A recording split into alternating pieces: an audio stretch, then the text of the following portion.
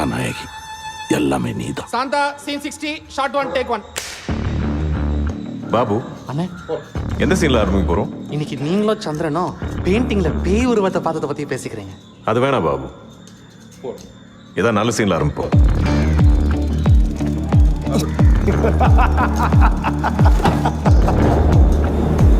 ஐயா ஷார்ட் ஓகேயா? Shot okay. Scene change. Cut.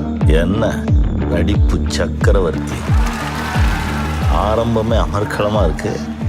எல்லாமே உங்ககிட்ட இருந்து கத்துக்கிட்டது தான்.